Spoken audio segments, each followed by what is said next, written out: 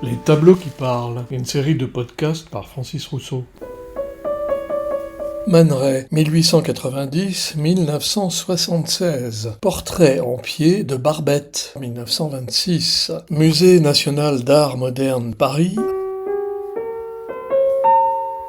C'est à la demande de Jean Cocteau que Man Ray réalisa cette photographie de Barbette en 1923 pour illustrer un article publié 3 années plus tard seulement, en 1926, dans la Nouvelle Revue Française, mais qui finalement fut édité sans les images, jugées trop choquantes. Je suis choqué. Cette photo dut donc attendre en réalité plus de 50 ans avant d'être réellement publiée. Elle le sera pour la première fois en 1980 dans l'ouvrage de Jacques Damas, le numéro Barbette, qui reprend le texte de Cocteau, publié dans la Nouvelle Revue Française, mais avec cette fois les sulfureuses photos inédites de Man Ray, qui n'étaient pas les premières photos sulfureuses qu'il avait faites. Vas-y, je sais pas quoi dire, moi. Qui était Barbette ? Eh bien, contrairement aux apparences de cette photo, c'était un homme de nationalité américaine qui aimait à se définir comme un comédien formé dans la veine des acteurs shakespeariens et qui jouait des rôles de femmes. Voilà le portrait sans retour de l'amour auquel j'appartiens. En réalité, il était trapéziste et fil-de-ferriste, c'est-à-dire acrobate aérien, et son numéro de transformiste connu au music hall un succès considérable dans les années 1920 et 1930, en particulier à Paris, où il se produisit à l'Alhambra, au Casino de Paris, à l'Empire, au Moulin Rouge, aux Folies Bergères, mais aussi dans d'autres capitales, alternant avec des allers-retours aux États-Unis qu'il n'abandonna jamais.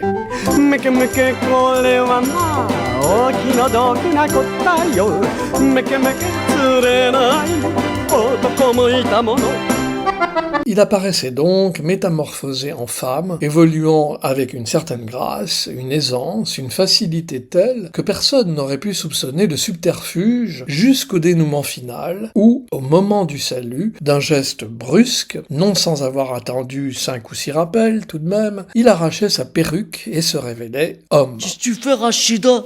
Grosse bouffonne.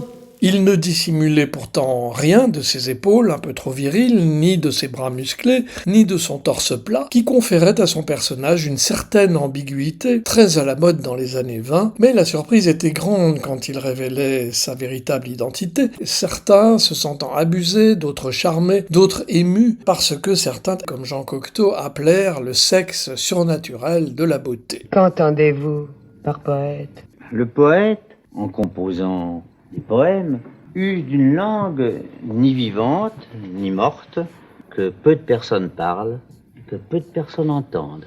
Et pourquoi ces personnes parlent-elles cette langue? Pour rencontrer leurs compatriotes dans un monde où trop souvent l'exhibitionnisme qui consiste à montrer son âme toute nue s'exerce chez les aveugles. C'est d'ailleurs par Cocteau, qui n'hésitait pas à le comparer à Nijinsky, que nous connaissons exactement le contenu de son spectacle. Je cite Cocteau, intarissable sur le sujet. Barbette quitte son canapé couvert d'une peau d'ours, où parodiant, résumant toutes les femmes qu'il a étudiées, il devient la femme type. Il lui faudra ensuite sa liberté de geste complète pour se balancer entre la scène et la salle, se pendre par un pied, imiter la chute, présenter à l'envers sa figure d'ange fou. Lorsqu'il retombe à terre, ou même lorsqu'il sautille, il aura l'air peu féminin. On pense à Proust, lorsqu'il brouille les sexes avec une ruse et une maladresse qui donnent à ses personnages un prestige mystérieux. Au bout de ce mensonge inoubliable, voyez le dernier tour de force, sitôt sa perruque arrachée, Barbette interprète un rôle d'homme. Roule des épaules, étale ses mains, gonfle ses muscles, exagère la démarche sportive d'un joueur de golf. Aujourd'hui, je prends une photo, ma soeur, jamais vu de cachalot. Les photos que Cocteau demanda à Man Ray pour illustrer son texte détaillent le processus de transformation de Barbette. Ce portrait en pied fait partie de l'ensemble des 9 photographies qui montrent les différentes phases de préparation du transformiste avant son numéro. Ici, on le voit dans sa loge, de face, déjà fardé, torse nu poudré, lèvres qu'on devine vermeilles, brillantes comme de l'émail, les yeux soulignés de noir, les cils épaissis, prolongés, participent à l'effet fantastique de l'image. Elle est trop bonne, Rachida. Rachida, je t'emmène dîner.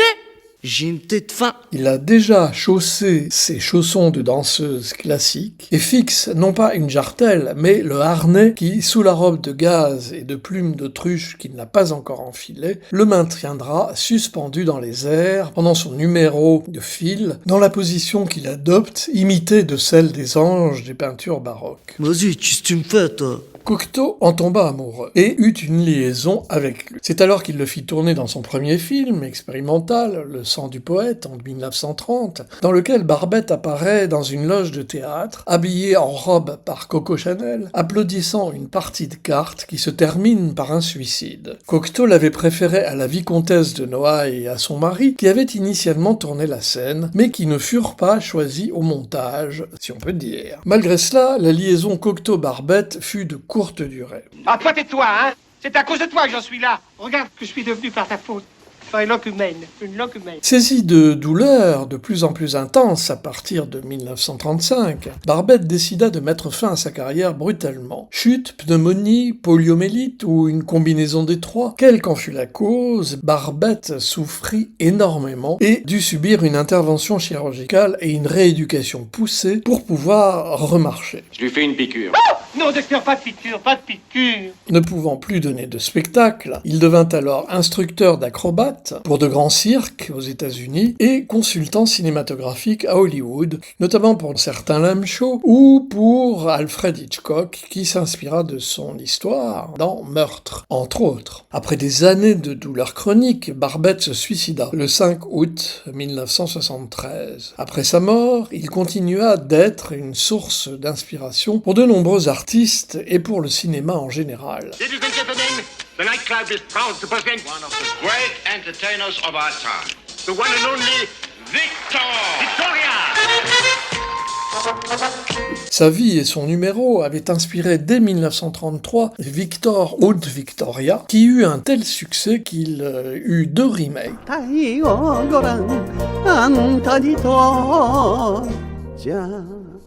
De façon plus étonnante, bien loin de l'Europe, Barbette inspira aussi le grand chanteur transformiste japonais Akihiro Miwa, la muse de Mishima et un de ses grands amours. Akihiro Miwa ne connut pas Barbette puisqu'il est né en 1935, l'année même où Barbette cessa toute activité scénique, mais il en entendit beaucoup parler à travers ce que lui en disait Mishima.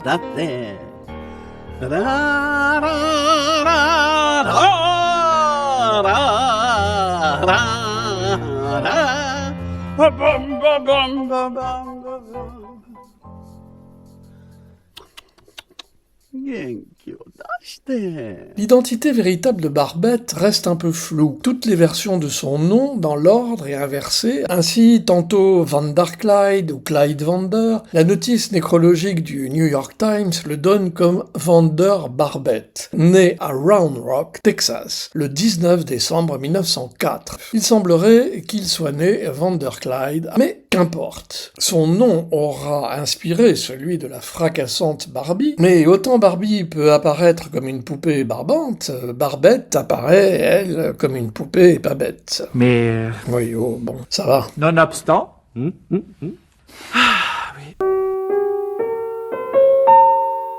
Ponctuation sonore, Jean Cocteau, Le Testament d'Orphée, film avec Maria Cazares et Jean Cocteau, 1960. Elie Semoun et Franck Dubosc, Toufik Gros et Rachida, 2022. Édouard Molinaro, La Cage aux Folles 2, avec Michel Serrault et Ugo Tognazzi, 1980. Black Edwards, Victor Victoria, comédie musicale avec Julie Andrews, 1982. Akihiro Miwa, Meke Meke, 1957, reprise en japonais d'une chanson de Gilbert Bécaud. Akihiro Miwa, La vie en rose, reprise d'une chanson d'Edith Piaf. Et Milord, repris d'une chanson d'Edith Piaf.